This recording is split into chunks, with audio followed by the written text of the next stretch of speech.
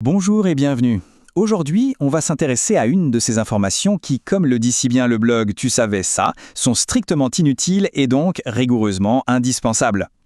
On va décortiquer ensemble une expression que tout le monde connaît, porter la culotte, et on va voir que derrière cette simple phrase se cache une histoire assez folle de vêtements, de genre et de pouvoir.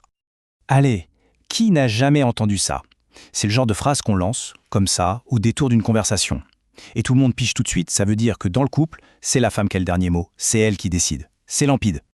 Mais justement, la question c'est, pourquoi la culotte? De tous les vêtements possibles, pourquoi celui-là est devenu le symbole du pouvoir à la maison? Eh bien, vous allez voir que derrière cette petite phrase toute faite, il y a une réalité bien matérielle, une histoire de tissu qui a traversé les âges. Bon, rentrons dans le vif du sujet. Pour tout comprendre, il faut repartir de la base et se demander, mais de quelle culotte est-ce qu'on parle au juste? Parce que, et c'est là que ça devient vraiment intéressant, le mot n'a pas du tout, mais alors pas du tout, toujours eu le sens qu'on lui donne aujourd'hui. Et voilà, la première info clé, le point de départ de toute notre histoire. À l'origine, la culotte, c'était une affaire d'hommes, et uniquement d'hommes. Là, il faut faire un petit effort d'imagination et oublier complètement le sous-vêtement féminin moderne. Non, la culotte historique, c'est un pantalon court, souvent bouffant ou ajusté, qui s'arrêtait aux genoux. C'était un vêtement d'extérieur, porté par les nobles, les bourgeois, bref, c'était un marqueur de statut social et un symbole de virilité. C'est un virage à 180 degrés quand on y pense. On est passé d'un symbole de pouvoir masculin, visible de tous, à un objet intime, privé et quasi exclusivement féminin. C'est ce glissement de sens incroyable qui est au cœur de notre expression. À l'époque, porter la culotte, ça voulait donc dire littéralement être un homme, avec toute l'autorité que ça impliquait. Et le plus fou, c'est que ce n'était pas juste un vêtement, c'était un véritable rite de passage. Figurez-vous que jusqu'à l'âge de 4 ou 5 ans, les petits garçons portaient des robes, exactement comme les petites filles. Et puis, il y avait cette cérémonie, ce grand jour où on leur enfilait leur première culotte. C'était un événement qui symbolisait la fin de la petite enfance et leur entrée officielle dans le monde des hommes. Alors, comment est-ce que cette expression a basculé pour désigner les femmes? Eh bien, c'est assez logique finalement. C'est arrivé au moment où les femmes ont commencé à braver l'interdit et à s'approprier ce symbole masculin. C'est là que l'histoire prend un autre tournant.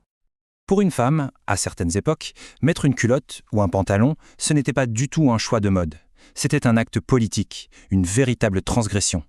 On pense bien sûr à des figures comme George Sand au XIXe siècle, qui s'habillait en homme pour pouvoir se déplacer librement, pour entrer dans des cercles intellectuels et des lieux interdits aux femmes. En fait, l'expression a évolué avec la société. Au début, c'était littéral. Puis, vers le XVIIIe siècle, elle est devenue une métaphore, souvent utilisée avec un ton un peu moqueur pour décrire une femme qui prenait les rênes à la maison, comme si elle prenait la place de l'homme en fait. Et c'est là qu'on comprend que cette expression n'est pas juste une petite anecdote linguistique. Non, c'est un miroir fascinant des normes et des structures de notre société.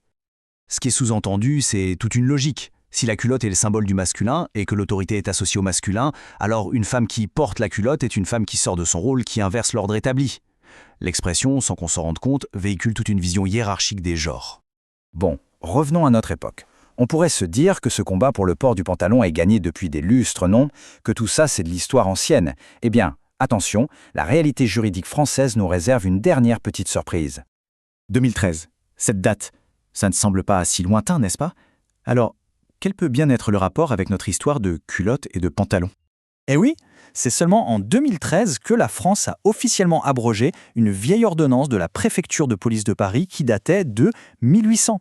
Une ordonnance qui interdisait aux femmes de s'habiller en homme sans une autorisation spéciale. Techniquement, jusqu'en 2013 à Paris, porter un pantalon pour une femme était donc illégal. C'est incroyable. Cette loi était complètement surréaliste. Bien sûr, elle n'était plus du tout appliquée depuis des décennies, mais son existence symbolique jusqu'à une date si récente a de quoi surprendre. Il y avait même des exceptions prévues. Une femme pouvait porter le pantalon si elle tenait un guidon de vélo ou les rênes d'un cheval. Ça ne s'invente pas. Forcément, après tout ça, on comprend pourquoi l'expression « porter la culotte » sonne un peu datée aujourd'hui.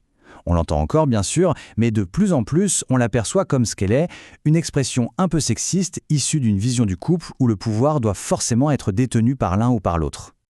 Et ça nous amène à une dernière réflexion. Dans les relations d'aujourd'hui, est-ce qu'on a encore besoin que quelqu'un porte la culotte ? La vraie évolution, ce n'est peut-être pas de savoir qui la porte, mais de se dire que le pouvoir n'est plus un vêtement qu'on doit s'arracher, mais quelque chose qui se partage, tout simplement. Voilà qui laisse à méditer. Merci d'avoir suivi cette petite exploration.